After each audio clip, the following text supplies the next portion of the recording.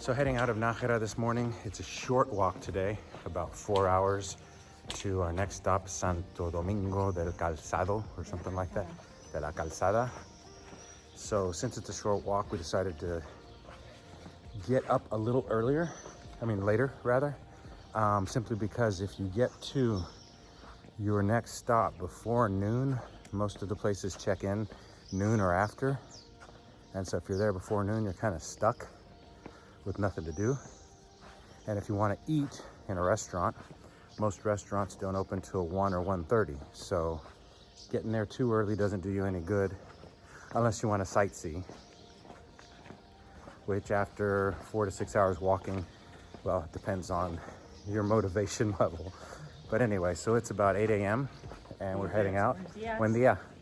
We're heading out, and I'm gonna turn myself around because there's a cool church here, a monastery behind me that we're passing by here, so you can kind of see Santa Maria something or another.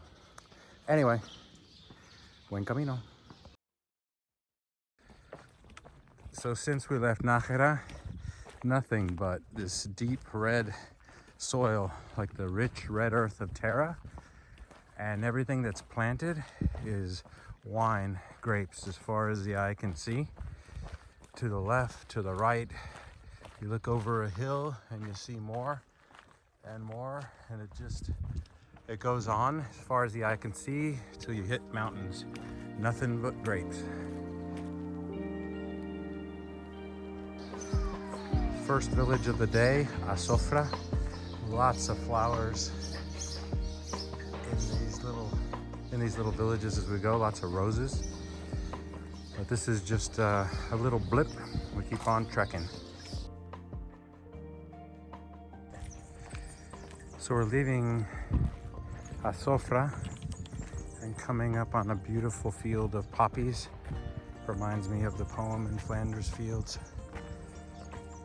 Haven't seen one like this in a while. I mean, like long while.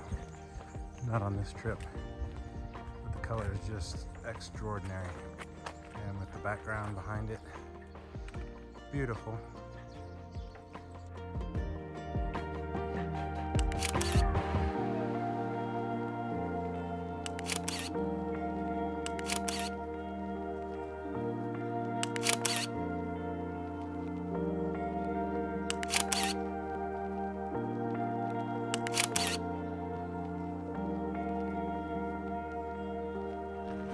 So we're getting close to Santo Domingo de la Calzada.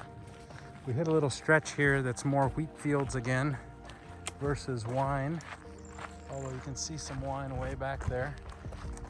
But this is our stop for the day. Today was a very light day, only 13-ish miles, 20 kilometers. So it's like 4.5 hours walking. Met a few folks from New Zealand today that came over. One couple got here in April. I'll remind you, in late May. Today's like the 22nd, 23rd, something like that. Rode around France on bicycles, and now they're doing the Camino. Anyway, close to the end.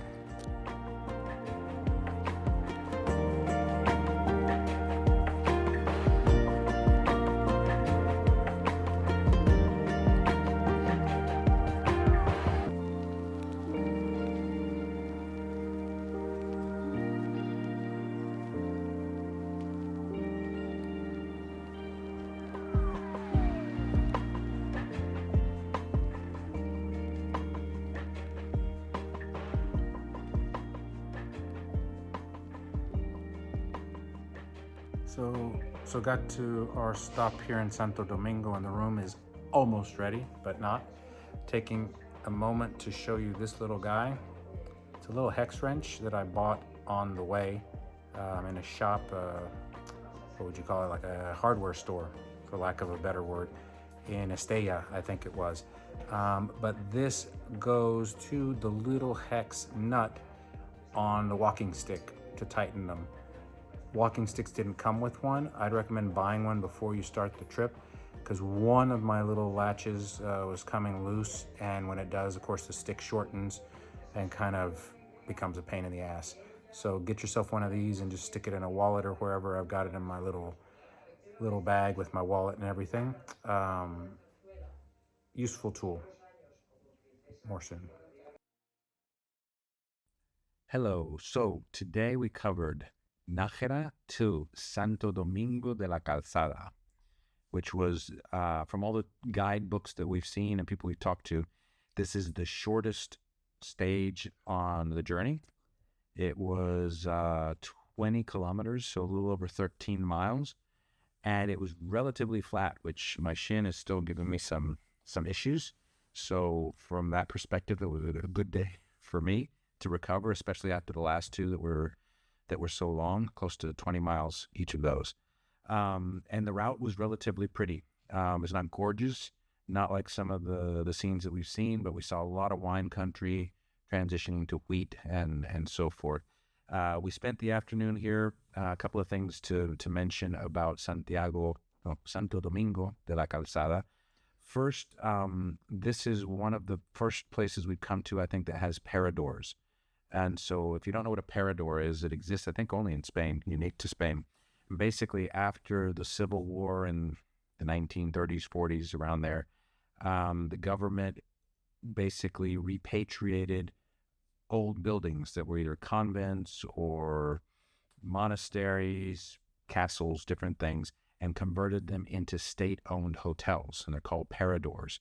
I have a map that we can probably put up that shows where they are all over the country. There's, I don't know, 30 or 40 of them, something like that. There happen to be 2 here.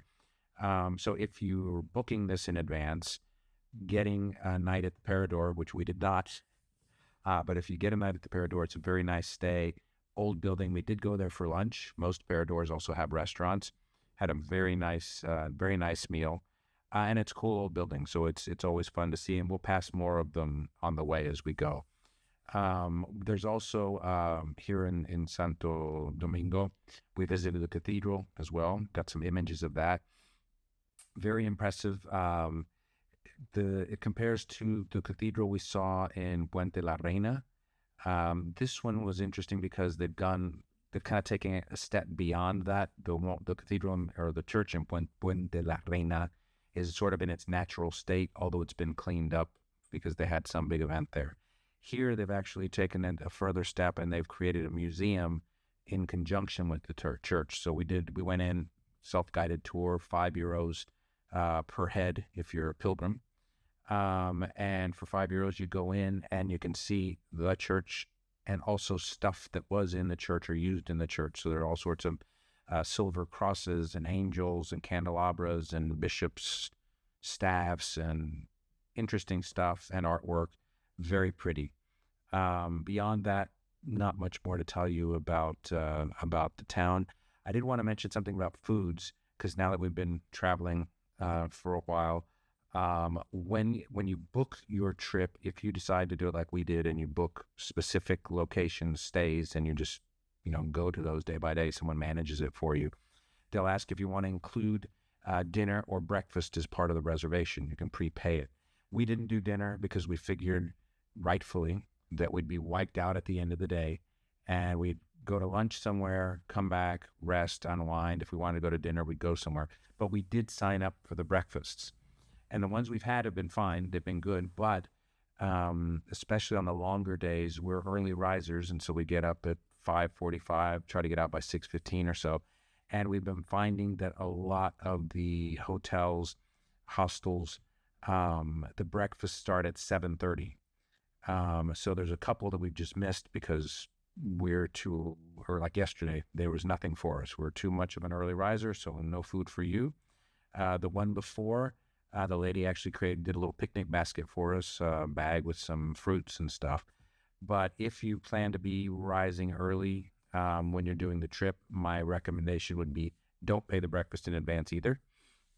You can always, when you come, pay or just pay as you go. I don't know that you save any money. But anyway, so that's one tip. And then the other thing to be aware of as an American, I put up a picture I took today of a menu, right? So you'll see this a lot as you go through Spain. Menu, and it'll have a price, and then if you don't read Spanish, just a bunch of other language.